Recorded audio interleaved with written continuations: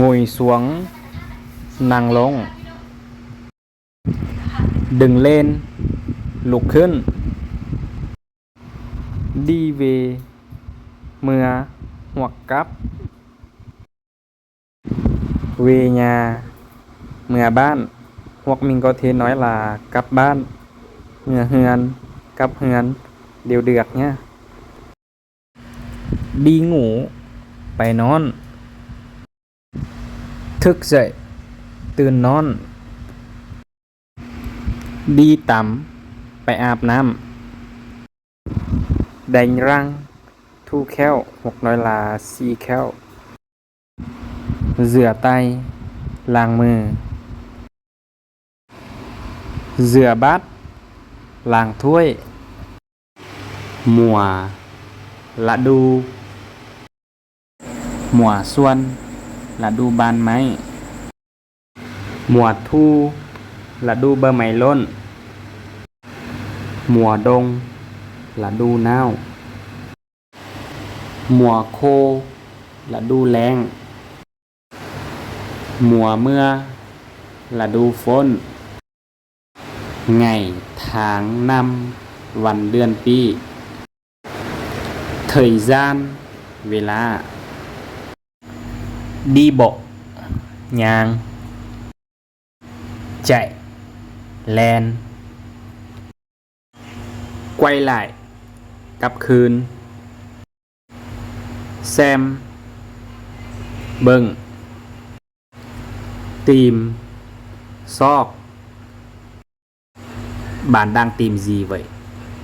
เจ้ากำลังซอกหายังหันมิงดังตีมเงยเอียวคอยกำลังซอกหาแฟนพวกมิงก็เทน้อยหลากำลังซอกหาคนหากรุงเดือกแอมดังเดาน้องอยู่ใสแอมดังเจืองน้องยังอยู่โรงเรียนเถยเตียบอากาศสึกบ่าวเถยเตียบพยากรณ์อากาศเถยเตียบคักเหียดอากาศแปรปรวนคงขีจองแหล่งอากาศปลอดโปร่งเจย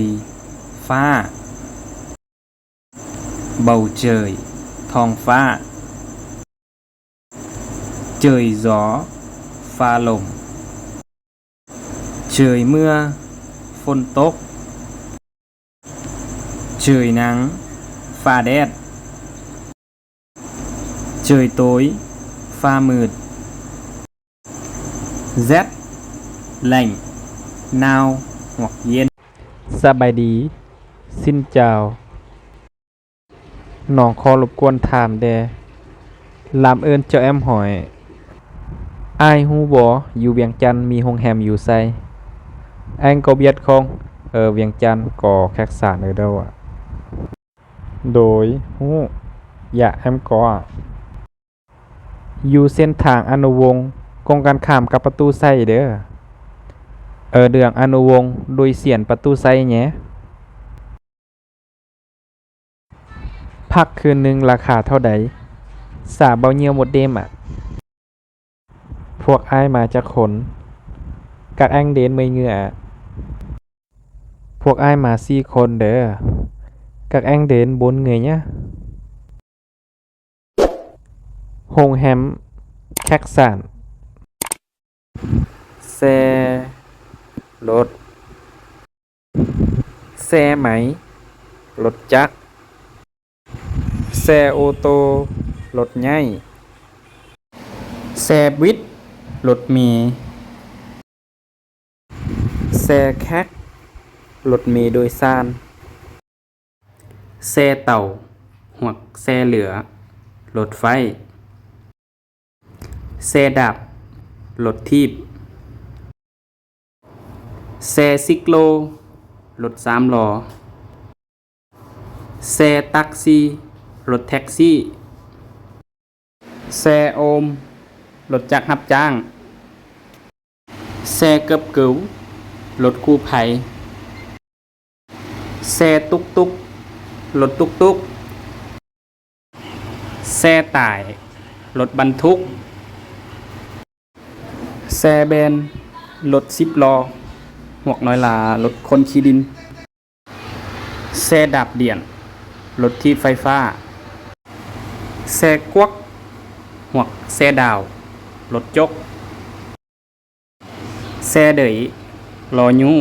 หวกน้อยลารถบังคับบีนแซ่คิวรถแสแสจีกตัวอย่างจิกเจียเนาะในภาษาเวียดจะว่าแสเซยแสเซยจิกเจีย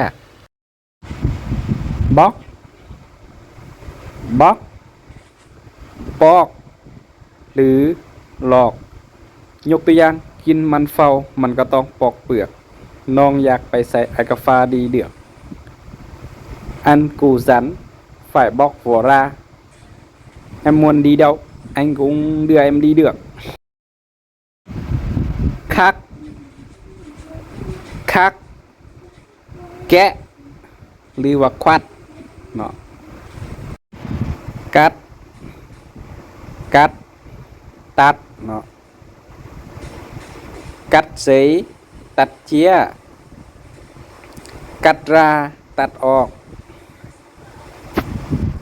บ๊อบบ๊อบบีบยกตัวอย่างบ๊อบแnhẹบ๊อบแnhẹอ่ะบีบค่อยๆเมอหกเบิดจะแปลว่าเปิดเนาะคำว่าเมอจะใช้ในกรณีเปิดหานเปิดประตูหรือว่าเปิดบริษัทอีกอย่างประมาณนี้เขาจะใช้คำว่าเมอยกตัวอย่างเปิดประตูกับเมอเกลือเปิดหานกับใช้คำว่าเมอเกลือกัน